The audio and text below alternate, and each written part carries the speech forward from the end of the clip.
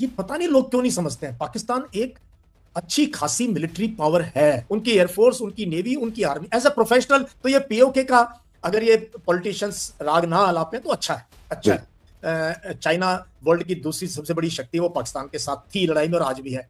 America जो सब महाशक्ति है प्लेनेट अर्थ पे, वो पूरा का पूरा पाकिस्तान के साथ दिखा है। तो हमारा एक जहाज जिस रास्ते पर गिरा हुआ था, काफी दूर था, वहां से 20-25 किलोमीटर दूर, वो सारी तस्वीरें हमारे पास आ रही थी, लेकिन हम छुपाते रहे। मुझे अफसोस होता है कहते समय। टर्की डायरेक्ट सपोर्ट में आया, अजरबैजान डायरेक्ट सपोर्ट में आया, और ये सऊदी वगैरह म्यूटेड थे, बट वी न्यू कि किस तरफ है। हमारे ये देशद्रोही हैं सारे, हमारे देश की बेइज्जती कराई है। और हमारा जो पराक्रम है हमारी सेनाओं का, उसके ऊपर लेकिन क्या है, बोल नहीं सकते। क्यों बात कहो ऐसी? एज ए फौजी मैं यूनिफॉर्म में रॉबर्ट, क्या मैं चाहूंगा कि लाहौर की गलियों में आग लग जाए और वहां 1000 लोग मर जाएं? क्यों? या कराची में हो जाए इस्लाम? दूसरी बात, वो इट्स अ मिलिट्री पावर। हमें कोशिश करनी चाहिए कि किसी तरीके से डिप्लोमेटिकली हम जो है ऐसा माहौल बनाएं कि हमें लड़ाई ना हो। मेरे हिसाब से भारत के बिल्कुल हक में नहीं है किसी भी प्रकार से दोबारा सिंदूर ऑप-2 करने का या वो करने। पाकिस्तान भी एक मिलिट्री पावर, एक न्यूक्लियर मिलिट्री पावर, एक इंटरनेशनल रिकॉग्नाइज्ड पावर के रूप में उभर के आ रहा है। हमें उसको भी फैक्टर इन करना पड़ेगा। तो सर, आपको क्या लगता है कि सचमुच में इस युद्ध में, यद्यपि सरकार तो उस वक्त 4 दिन तक उसे युद्ध भी नहीं कह रही थी औपचारिक रूप से, लेकिन हम मान लेते हैं जंग थी, युद्ध था 4 दिन का। एक उदाहरण दे लेते हैं।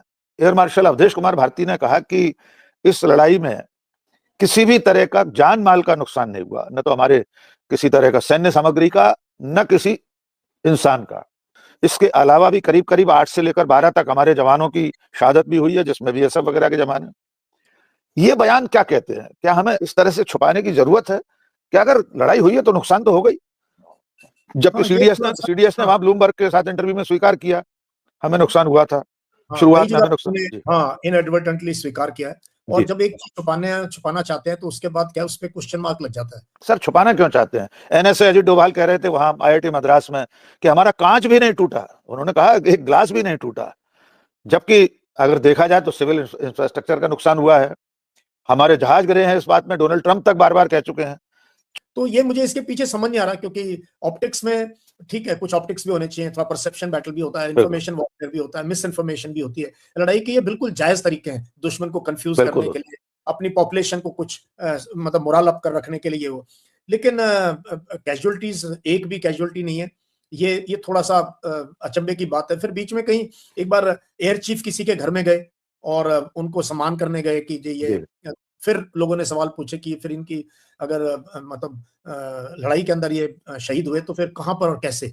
बिल्कुल सर। जिसमें कर्नल सोफिया कुरैशी और विंग कमांडर व्योमिता, 2 लेडी ऑफिसर, बीच में फॉरेन सेक्रेटरी सिविल क्लोथ में गवर्नमेंट को रिप्रेजेंट करते हैं, फॉरेन पॉलिसी को। 2 मिलिट्री ऑफिसर्स, वो भी महिलाएं, वो भी सिंदूर, नाम भी ऑपरेशन का। वो सारा इमोशनल ये वो ठीक था, बट उनको कोई लड़ाई का आइडिया नहीं था, वो कोई लड़ाई का हिस्सा नहीं थी ना, वो ऑपरेशंस ब्रांच की थी।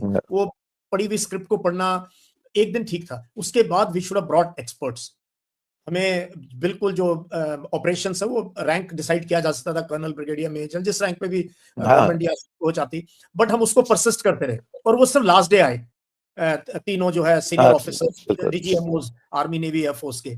तो उसमें वो भी मुझे लगा कि हम उसको थोड़ा दुरुस्त कर सकते थे। एक बार वो दिखाने के बाद सिंदूर है, ठीक है, नाम के साथ इमोशन जोड़ने की इसमें बहुत कोशिश हुई जो है। लेकिन ये बहुत सी चीजें इसमें, एयरक्राफ्ट का ट्रंप ने जिक्र किया है, सीडीएस नहीं माना है, और वो एक दो जगह और इस तरीके से इनएडवर्टेंटली लोगों ने वो है। बट तो क्या इसके पीछे रीजन है, मुझे समझ नहीं आ रहा कि क्योंकि अब छुपा लिया, बताना बड़ा मुश्किल, क्योंकि टाइम इतना निकल गया। बिल्कुल, आप बताएंगे तो दिक्कत है। अब बताएंगे दिक्कत है। थोड़ा बहुत पार्लियामेंट में डिस्कस हुआ, लेकिन हमारे यहाँ क्या सवाल अगर आप उठाओ तो आपको फिर एक पूरा का पूरा तबका आपके ऊपर हमला बोल देता है कि आप तो एंटी नेशनल है। बिल्कुल सही बात है। तो रीजन मुझे भी समझ नहीं आ रहा है कि क्यों ऐसा किया। पहले तो कभी हमने कभी नहीं किया। लेकिन हमारे देश में अगर आप इस तरह की बात करेंगे, आपने ठीक कहा, अभी हिंट भी किया आपने, या यहाँ अगर कोई मीडिया हाउस ये बता दे कि ऑपरेशन सिंदूर में इतने जहाज गिरे थे, इतना नुकसान हुआ था, तो देशद्रोही ठहरा दिया जाएगा। और आपने ठीक कहा, तो हमारा एक जहाज जिस रास्ते पर गिरा हुआ था, काफी दूर था, वहां से 20-25 किलोमीटर दूर, वो सारी तस्वीरें हमारे पास आ रही थी, लेकिन हम छुपाते रहे, टाइम लगता है। तो मेरा सवाल सर ये था कि क्या ये कभी मुमकिन है, जिस तरह का रक्षा मंत्री कह देते हैं हम पाक अधिकृत में कश्मीर ले लेंगे, अमित शाह कहते हैं हम एक न एक दिन पीओके पर कब्जा कर लेंगे, तिरंगा फहराएगा, संसद में खड़े होकर कहते हैं। ये मैं बताना चाहता हूँ, जिनको बहुत जिंगोइस्टिक है ना, रेटोरिक है, खून चाहिए, ये चाहिए, और पता नहीं कहां से ये एक उन्माद है, उनको बता दूं कि पहाड़ जवानों को खा जाते हैं। फिर ये पॉलिटिकल, ये आपको पता ही है, राइट विंग का बहुत ये अखंड बनाना प्रोपेगेंडा है, है। वो है, बोलते बहुत हैं, जमीन पे करना बहुत मुश्किल चीज है। तो पहले तो माउंटेन्स की और वो कॉन्फ़िगरेशन कर। अब दूसरी चीज मैं जो है आपको ये बता दूं कि Pakistan is not a run of military. ये पता नहीं लोग क्यों नहीं समझते हैं। पाकिस्तान एक अच्छी खासी मिलिट्री पावर है, उनकी एयरफोर्स, उनकी नेवी, उनकी आर्मी। एज अ प्रोफेशनल, मैं पॉलिटिशियन नहीं हूं, मैं रैली नहीं कर रहा हूं वोट लेने के लिए। सही मैंने बात, कोशिश आपको करता तो हूं सच कि बोलना है। सच में भी दबे हुए उसमें ही कम से कम जी, लोगों को कर दें कि भाई it is a military power.